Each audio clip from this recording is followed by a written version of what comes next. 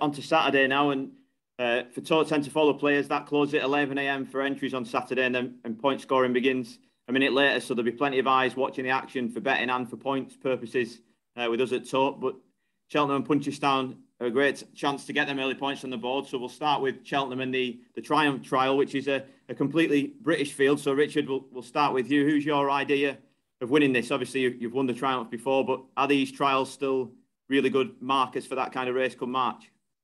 Well, I think they're obviously, it's a nice place to start, and if your horse, you feel like you've got a juvenile at this time of year that stays very well, it's a great track to go for a prize. And Paul Nicholls' horse won at Chepstow, and I'm sure he'll be one of the favourites.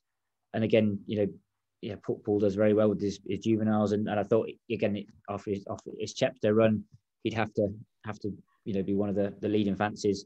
But obviously it looks like a very competitive race. Often these races you wouldn't get too many runners, but 9 in it, I would think sure to be ones with plenty of experience. So there'll be a good strong gallop. And again, that's what you'll need. You'll need a juvenile that stays that sort of definitely that last 2 furlongs up the hill. So but again, Paul Nicholls' horse winning around Chepstow, you're pretty sure that he will. He'll definitely stay. And I'm sure he could be a short price, but again, that's the one where I'd like to ride, and like you say, Paul Nicholls' horses I think are just sort of coming to himself now, and he's very, very good at bringing them to the right point at the right time. He certainly is. Have you anything to go against that, Danny? Or are you in agreement with Richard? Yeah, I think the Nicholls horse was the obvious starting point. The horse that was second to him that day in Chepstow, Rocky Man for Dan and Harry Skelton, I thought he maybe could improve. He's going to have to improve a lot to beat the likely favourite, but I think Rocky Man could be open to a little bit more improvement. Interesting that he's still a full colt. One who certainly improved and already has done at Cheltenham this season is his third time lucky. He'll go in the Grade 2 Novices Chase. That was a really impressive performance at the October meeting. Danny, how highly do you rate him after that? Yeah, that was a very good performance. His jumping was fantastic. And, going back to his runs last year, he ran a solid race in the County Hurdle in Cheltenham, just got run out late on. And a few other decent handicap runs as well. He finished up with the 4th in a Grade 1 last year. There's every chance he could make it to Grade 1 level over fences. Of the others, Mick Poster, as we've been already saying, these summer novices, he's notched up plenty of wins, but 2, 3, 4 running races. This is getting into proper winter stuff. I think third time lucky, I'll give them all plenty to think about here. Yeah, definitely. And I know, Richard, you were there that day when third time lucky won at Cheltenham last time, and it was a really eye-catching performance, wasn't it?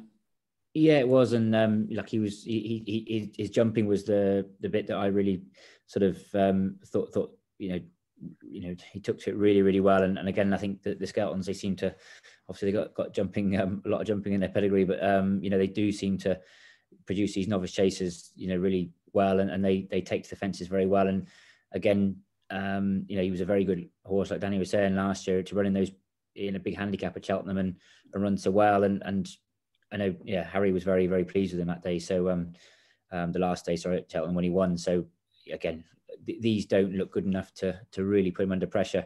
Like I say, he looks like the class horse in the race. One that might be a bit more difficult to suss out for punters is the Paddy Power Gold Cup. Obviously a really competitive handicap, especially so early in the season. Richard, Zanzar is a horse that will go in this and was in your 10 to follow as well. Do you think he can win first time out this season?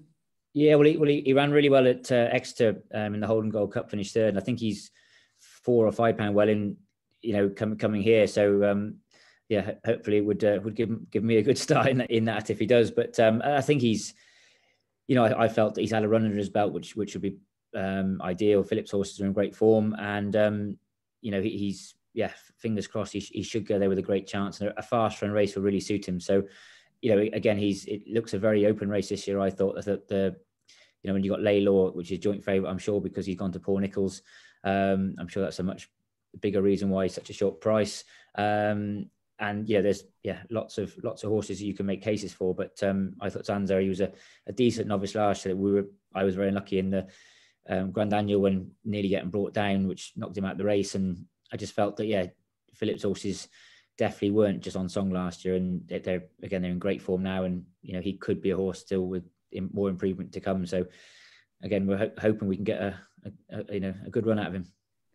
And just on Layla, obviously with Nichols now, do you think you were obviously involved, Richard, early in his career and some of his biggest days you were on board, but sort of has gone wrong a little bit? Do you think that obviously Nichols is probably the man to get him back on track, but do you think he's still got that in him? Yeah, look, he ran really well last year, not last year, the year before, and he's still a very talented horse, but he's obviously got a few. He's had a few little problems along the way. Obviously, they don't lose talent, and I'm sure he'll is in great heart, and I'm sure Nichols has got him, in good form in himself. But he's still off a high mark, and I think he really needs to bounce back to all the way to his best to be winning this, and off his last sort of 18 months period, you'd really struggle to see him doing that, I think. But again, I just feel he's very, very short, and he's not much value for punters, following him in this sort of race. So it'll be interesting to watch him, but he'll need to be back to his best to win this. And Danny, have you spotted anything that might be a bit more value in this? Obviously, really competitive handicap.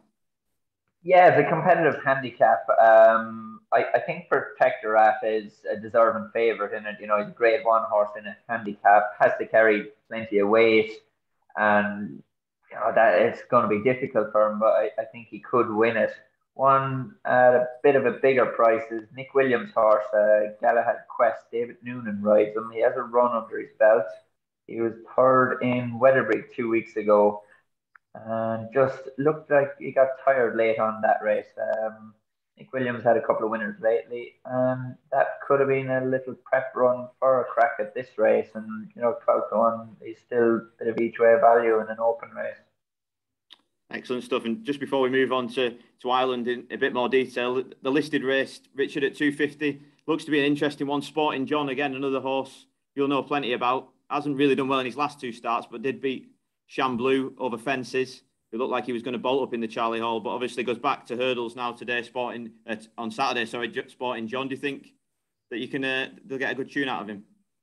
Yeah, look, I was speaking to Philip Hobbs last week actually, and he said we were talking about some of the horses, and he said he's in really good order.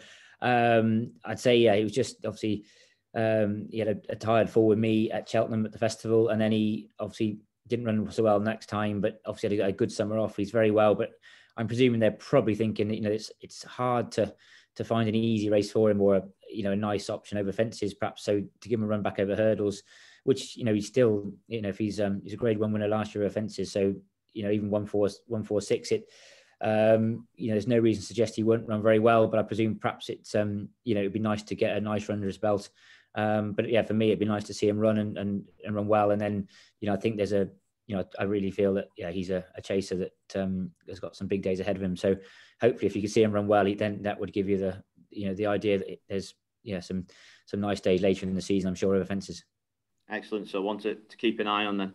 And into Ireland, Danny. Obviously, Punchestown's the big action this weekend. We'll start with Bob Ollinger, who's going over fences for the first time. He was obviously very impressive at the Cheltenham Festival in March, but that was over hurdles. Do you think he'll be as good over the bigger obstacles? Yeah, there's no reason to think not. All the reports are that he's been schooling well. He looks like a horse that'll no problem making it to the top level as a novice chaser. It's not a bad race, I suppose. You have French Dynamite. Interesting that the Robacher have decided to run him in the race as well. Like, he was a 150 rated hurdler. Got beat once or twice at the end of last year. Choreograph, the Gigginstown horse, the 136 hurdler. It's not just a case of turning up here for Bob Ollinger. I think he will win it, but you'll see him tested a little bit. Punchestown is a good test of a novice to jump around there, but Henry de Bromhead's horses always jump really well. And it'll be interesting to see. This is probably a bit close to the Drimmore than they would like. But it's probably a prep run before he goes to Leopardstown at Christmas. But Bob Bollinger, his class last year. There's no reason to say he won't be top level again this year. When you're sort of riding in a race like this, Danny, when you've got a big Irish name in there and it's quite a lot of runners in the field, is there any talk before now trying to get that favourite sort of beat from the other jockeys, or are you all just riding on your merits kind of thing? You ride on your merits. Beginners chases this time of the year in Ireland, you're going down to the first fence at handicap speed, and the race settles down after 3 or 4. But from now on, all the big yards will have their better horses coming out, and these winter tracks they really test them, and the good ones come through it.